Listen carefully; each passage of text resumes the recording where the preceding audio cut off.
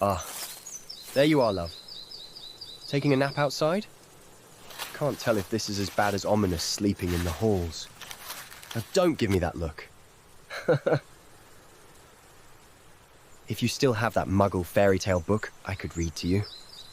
Only if you would like, of course. Here. Let's see which one. Here. Sleeping Beauty. I didn't realize they wrote a story about you. You're so cute when you roll your eyes at me.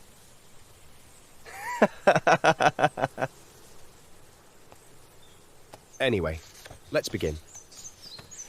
Sleeping Beauty. Once upon a time, in a kingdom where the rivers ran like silver ribbons and the forests hummed with the songs of birds. That sounds like here. A long-awaited child was born to the king and queen. She was as radiant as the dawn, and so they named her Aurora. To celebrate, a grand feast was held, and 3 good fairies, Flora, Fauna, and Merryweather, bestowed gifts upon the infant princess: beauty, grace, and the gift of song. But before the final blessing could be given, the chamber darkened, and a cold wind snuffed out the candles. From the shadows stepped a figure draped in flowing black robes, her eyes gleaming with malice, the sorceress Maleficent. "How touching," she purred. "To think I was forgotten." With a wicked smile, she raised her staff and declared, "Before the sun sets on her 16th birthday, the princess shall prick her finger on the spindle of a spinning wheel and die." And with a puff of smoke, she was gone. That seems like quite a dramatic reaction for just not being invited. That reminds me, don't let me forget to invite Ominous to Gareth's party next Saturday. Well, I know he's not one for parties, but we wouldn't want something like this to happen, would we?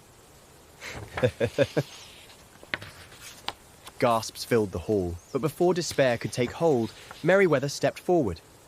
Though she could not undo Maleficent's curse, she could soften it. On the eve of her 16th birthday, she will prick her finger on the spindle of a spinning wheel.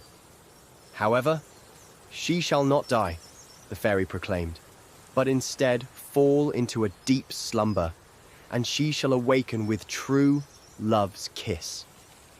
For true love's kiss was the most powerful magic of all. To protect their daughter, the king and queen entrusted her to the fairies, who spirited her away to a cottage deep within the woods. There, she was raised as a simple peasant named Briar Rose, unaware of her royal lineage. She grew into a young woman of grace and kindness, with a voice as sweet as birdsong and a heart full of dreams. But fate had not forgotten her. Are you comfortable? All right. Just making sure. On the morning of her 16th birthday, Rose wandered the woods, singing a soft melody as she twirled barefoot through the grass. Her voice drifted through the trees, weaving itself into the rustling leaves and intertwining with the bubbling stream. Nearby, a young prince, astride a handsome stallion, paused as the song reached his ears. Entranced by the melody, he dismounted and followed the voice through the trees. Rose, lost in her own world, sang to her animal companions in the trees who would listen, spinning in delight. When she turned, she nearly collided into the chest of the stranger. "Oh!" she gasped, stepping back. "I didn't see you there." Philip smiled, bowing with courtly grace. "Come here. Lay your head in my lap. Surely I'm more comfortable than that tree."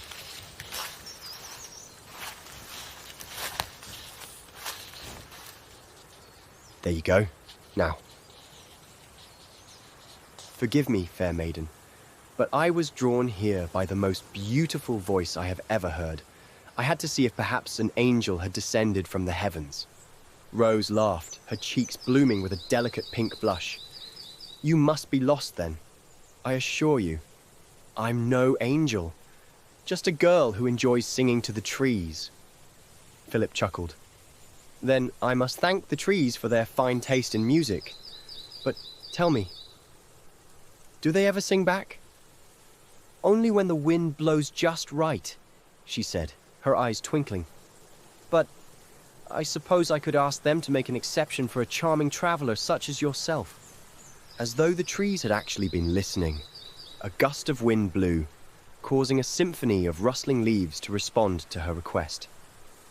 Philip extended his hand. Then, might I request a dance? It seems a crime to let such a melody go to waste. Rose hesitated, but something in his eyes, warm, familiar, as though they had met in another life, drew her in. She placed her hand in his, and together they danced beneath the canopy of leaves, moving along with the soft, melodic song of the trees. That's awfully romantic. Perhaps we should do that sometime. What do you say? You dance as well as you charm, stranger, she teased with a playful smirk on her lips. A dangerous combination, I've been told, he replied, twirling her with ease. But you, dear maiden, are quite the mystery. Tell me, what is a beautiful maiden such as yourself doing alone in the woods? Oh, I'm never alone, she replied with a soft smile. I have my forest friends, my trees, and now, it seems, an unexpected dancing partner. Philip grinned. It is an honor to be included among your forest friends and trees. They danced until the golden sunlight faded into soft dusk, and Rose announced she must return home. As the moment lingered, Philip brushed a loose strand of hair from her face, his touch as light as a whisper. Can I see you again? He asked. Rose hesitated, sadness flickering in her eyes at her memory of her aunt's warning not to speak to strangers as she had left the cottage that morning. I wish we could. Then why not? She bit her lip, heart torn between longing and duty. Well, maybe. Her aunt's distant calls rang through the forest and Rose turned. I must go. Wait, I must see you again. When will I see you again? He asked as she slipped from his arms. I don't know. She hesitated, her decision still conflicted between her aunt's warning and her heart. I'll find you, he promised, and a smile enveloped her uncertainty. Goodbye, she called as she ran, vanishing into the trees, leaving only the echo of her voice in the wind.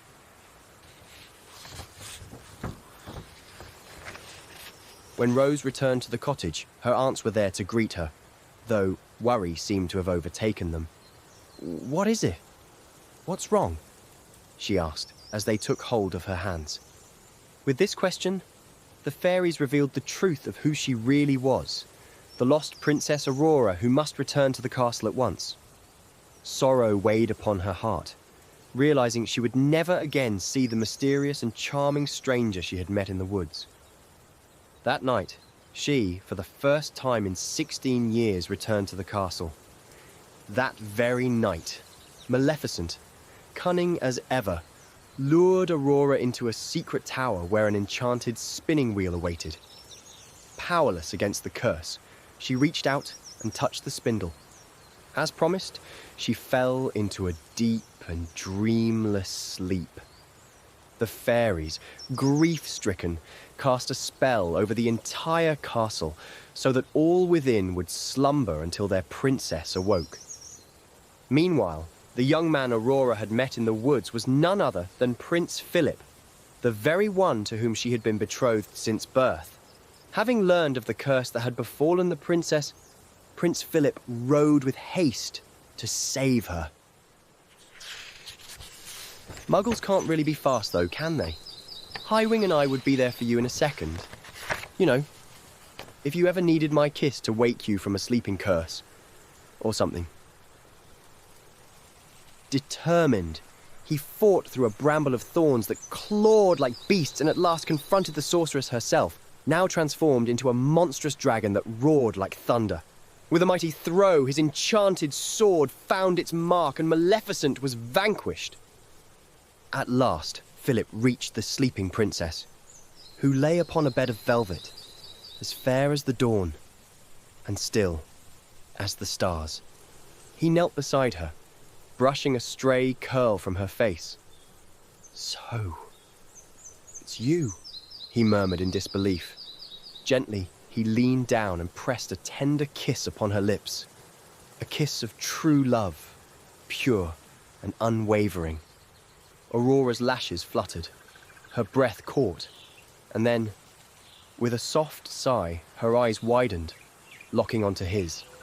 A slow, radiant smile spread across her face. "It's you," she whispered.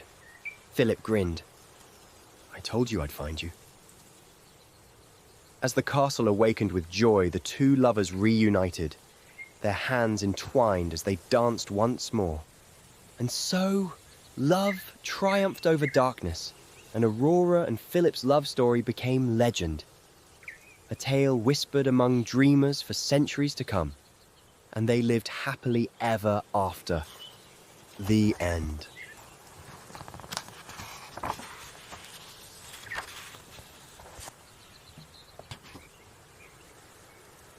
You're asleep, aren't you?